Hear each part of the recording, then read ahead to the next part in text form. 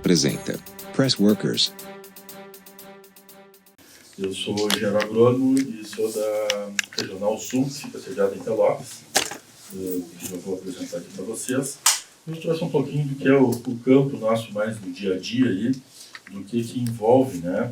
Então vou apresentar rápidos tópicos aqui para vocês, um pouco da nossa ação aqui na região, algumas atividades, ou as atividades principalmente que passam pelo licenciamento ambiental, que envolvem o tema agrotóxicos, e alguns problemas, especialmente a aviação agrícola, que é o que a gente mais enfrenta na nossa ótica, né? E algumas ideias para debate.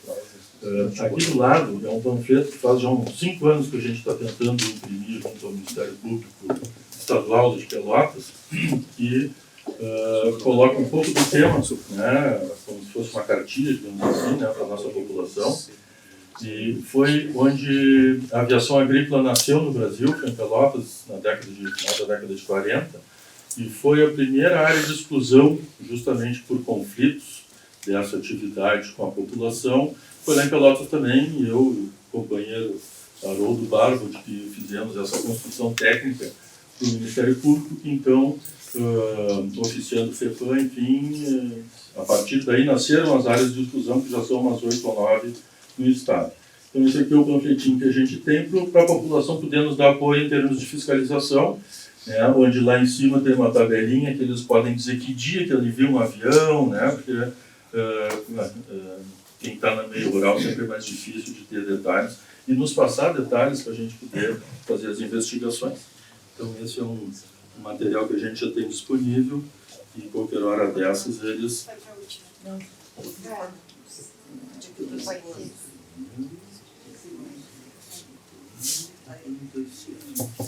Bom, então aqui a ação da FEPAM no Estado, né? A gente tem lá o Estado do Rio Grande do Sul com seus municípios, a nossa regional é esta aqui, que está um pouquinho para baixo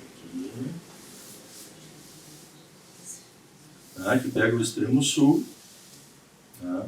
E a gente faz basicamente as mesmas atividades que a FEPAM faz lá em Porto Alegre, ou seja, licenciamento, fiscalização, monitoramentos, um pouquinho de pesquisa a gente se atreve também, e muito de gestão, que é o embate que tivemos aqui na última audiência pública, acalorada, e que hoje, sinceramente, eu sinto falta do pessoal estar aqui para a gente poder fazer diálogo, né?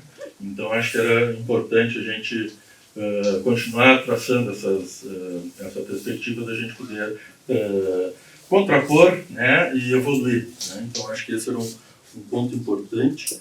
Tá? Então, esses são os 26 municípios da nossa regional, aqui e temos ali, só para dar um pouquinho de destaque a nossa equipe, somos 9 analistas, né? Então, equipes sempre enxutas, o tal do estado mínimo presente aqui para a gente, né? Com 2 técnicos, 2 administrativos, 2 estagiários, isso para a gente administrar 26 municípios, né? As atividades, então, que são envolvidas com o tema agrotóxicos aqui para a gente são basicamente depósitos comerciais, tá? Que são as revendas, né? Os prestadores de serviço, atividade que nasceu como ramo de atividade na FEPAM no município de Rio Grande, função do Porto. Até então a FEPAM só licenciava depósitos. Fizemos também cadastro de produtos, que fica basicamente lá em Porto Alegre, né? Aviação agrícola, que é bastante forte aqui na nossa região, e a irrigação bem lá embaixo, né? Então, na aviação, a gente basicamente faz o licenciamento. Tivemos discussões jurídicas há muitos anos atrás, né? Eles entendiam que não deveriam ser fiscalizados pelo meio ambiente, mas então na justiça lá se definiu isso, e a partir de então a FEPAM faz esse licenciamento que basicamente olha a pista, né? A pista de lavagem, o ozonizador, que é esse equipamento aqui, que seria uma mágica que se faz com efluente que deixa a água limpinha, como eles gostam de nos dizer, né? Mas é o que temos hoje em termos de regramento legal, inclusive, né? Um tanque de evaporação desse efluente, então é bastante rústico, eu diria, o sistema de tratamento, né? Alguns resíduos sólidos, principalmente as embalagens vazias, e os depósitos de combustível do próprio agrotóxico, de vez em quando acontece nas aviações. E a gente trabalha muito em cima de uma normativa do Ministério da Agricultura, tá? E o que é um problema, porque sempre temos a interface entre a agricultura e o meio ambiente, né? E a gente nem sempre tem claro, né? E principalmente a população não tem bem claro esses limites aí. Aqui um pouquinho de dados da região, depois a gente vai entrar mais na aviação mesmo. Então, aqui nesse quadro da direita, em cima, tá, são os últimos 6 anos de licenciamento. Então a gente teve médias ali de prestadores de serviço, de depósitos e de aviação. Ou seja, a cada ano nós temos esses números de licenciamento, ou seja, de quem vende, quem aplica, né, seja com depósito com aviação agrícola. Né? Então, para a gente ter um número, são 26 municípios aqui na regional. Nesse outro quadrinho aqui, à esquerda de cima, tá, são os empreendimentos de arroz, que é o que basicamente aqui usa aviação agrícola. A soja usa um pouco, mas basicamente é o arroz, principalmente pela impossibilidade, muitas vezes, de, quando está já irrigando, entrar no quadro para aplicar, enfim, o produto. Então a aviação é bastante presente nisso, né? E claro que também nos mostra um pouco de concentração fundiária, por exemplo, né?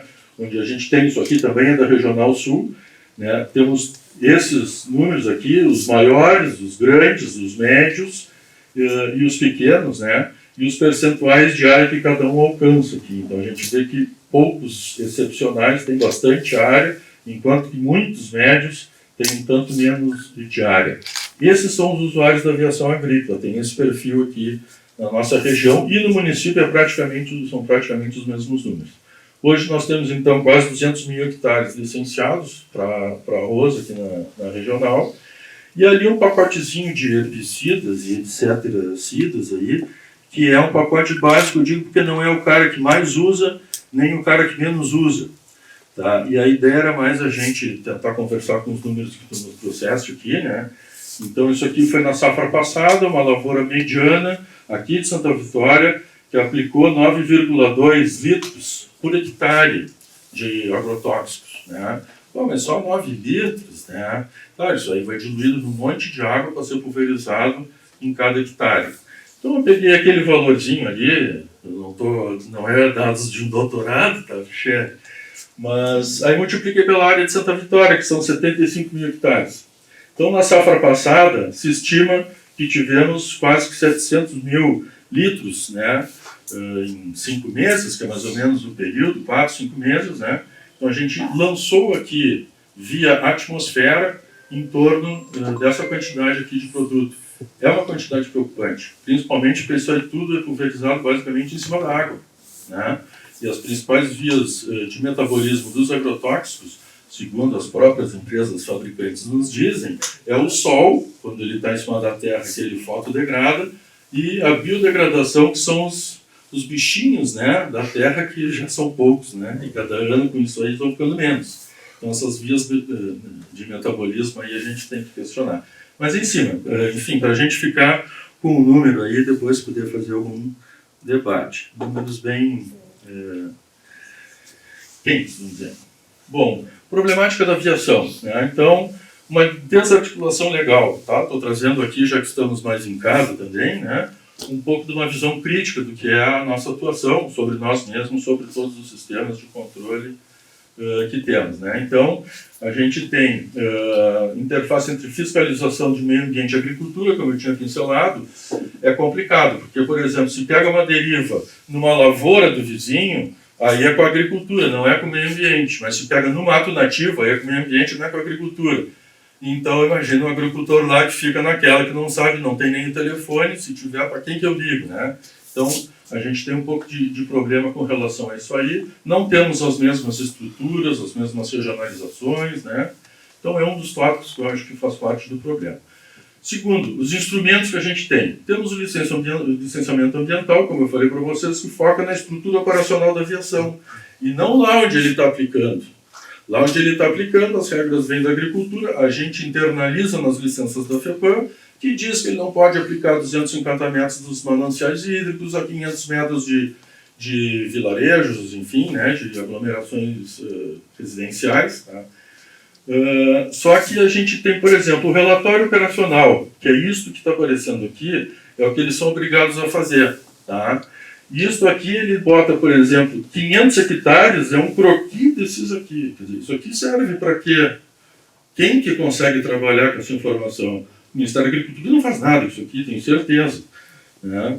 Então, hoje é esse aqui o nível tecnológico que o Ministério da Agricultura está trabalhando. Né? Então, abre uma denúncia. O que tu vai tirar dali? Né? A velocidade do vento é feita à mão, não tem um medidor lá que nos afiar. Realmente o vento estava adequado. Aqui em Santa Vitória é um problema o vento, temos muito problema de deriva por causa de vento lá em cima, na primavera, que é onde mais se aplica, pior ainda. E quem é o cara? Teve um agrônomo lá, meu colega, que atestou que estava dentro da água. Mas o cara que contratou eles, tu aplica hoje, eu não te pago. Então é um limbo complicado também para os prestadores de serviço. Então nós temos que tentar sair desse tipo de coisa tão rústica, vamos dizer assim, em termos de controle, né? Bom, e o receituário agronômico, que é outro que eu botei como inépcia técnica, porque tanto esse relatório que não serve para nada, como hoje, infelizmente, né, o CREA, que faz parte do fórum, deveria fazer uma autocrítica e ver como que a gente pode transformar isso em instrumentos mais interessantes, não só mais modernos do ponto de vista tecnológico, mas que nos realmente instrumentalizem para a ação. E com isso acontece muita deriva. Tá? Temos bastante reclamação? Temos.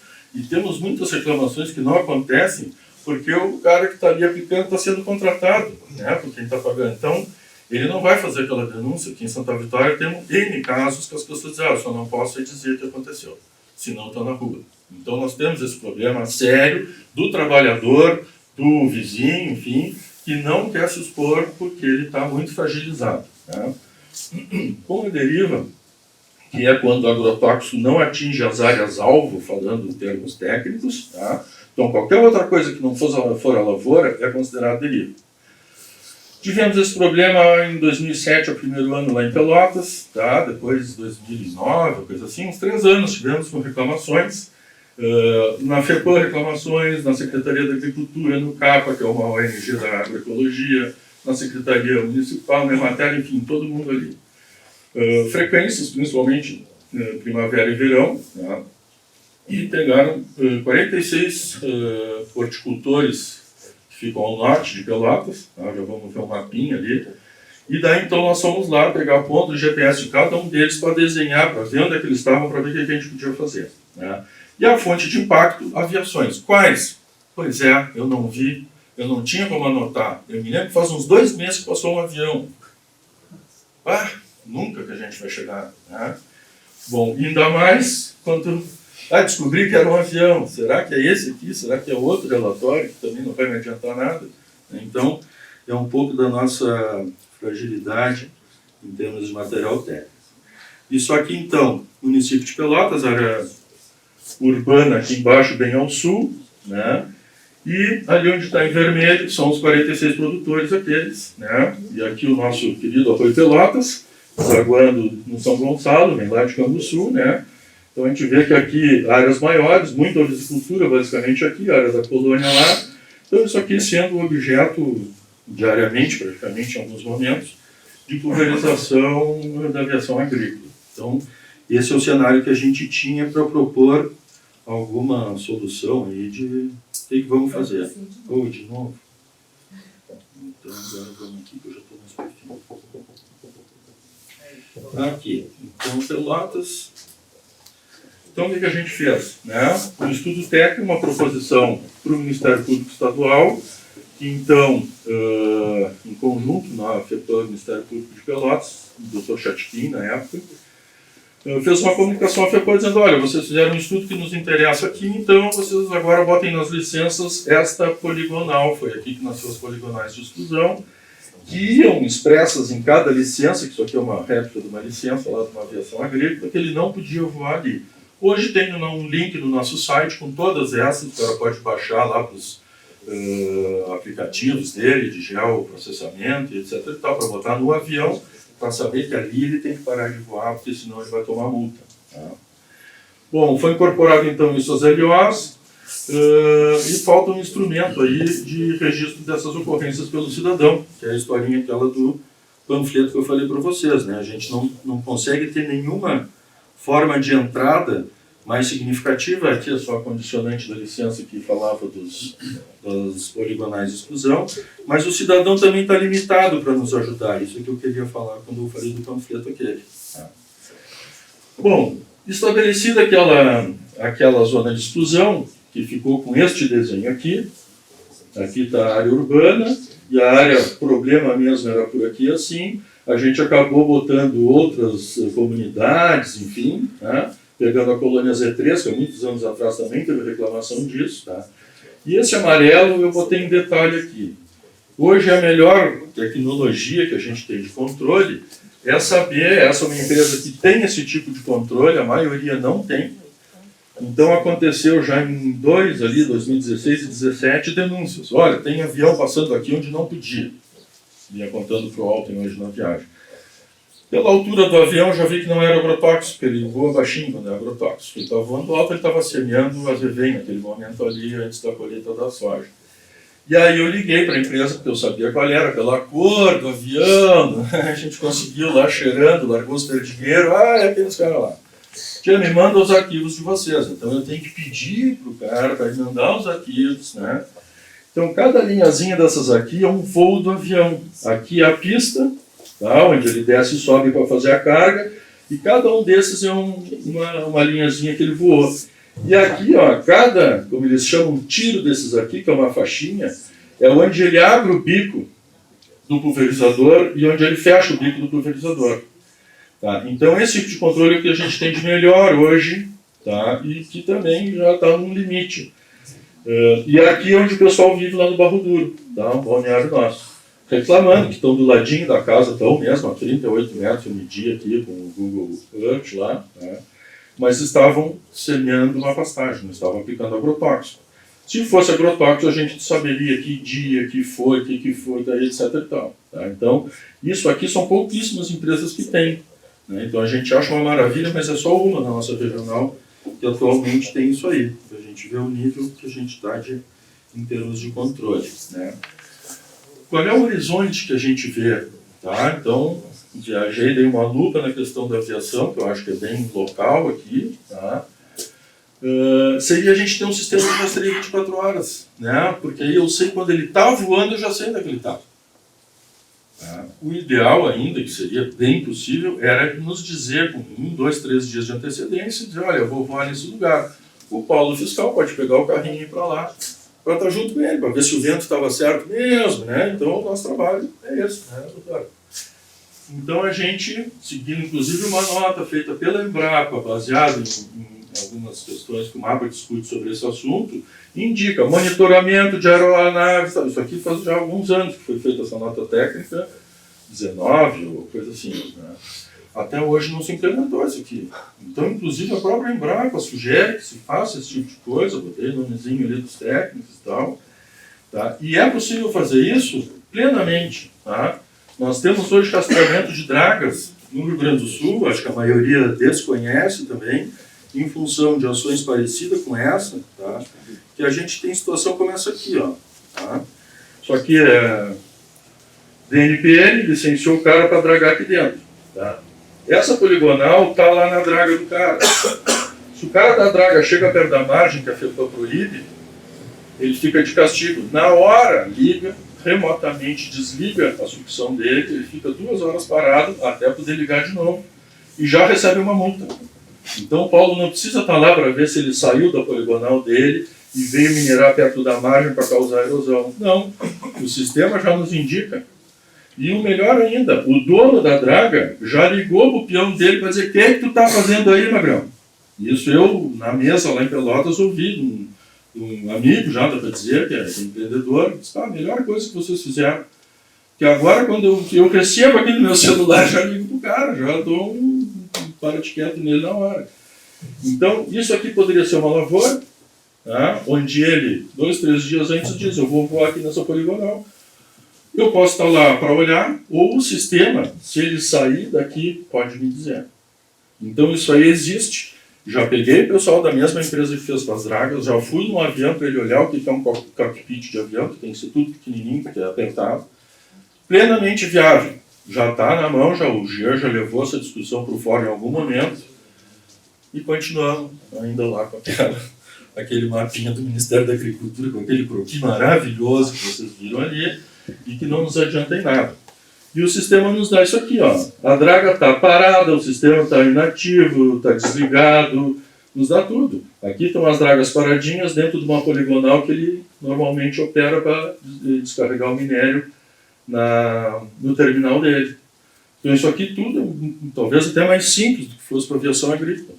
Óbvio que o Ministério da Agricultura deveria ser parceiro disso, né? Embora eles são mais assessores do que fiscais, infelizmente, ouvi deles isso, né? Para a gente poder fazer alguma coisa e as nossas discussões aqui terem um pouco mais de efetividade. Né? Já fazem...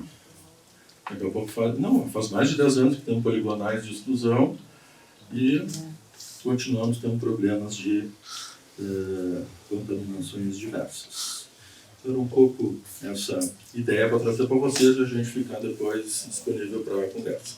Obrigado, Filomena, pela paciência. Apresentou Press Workers.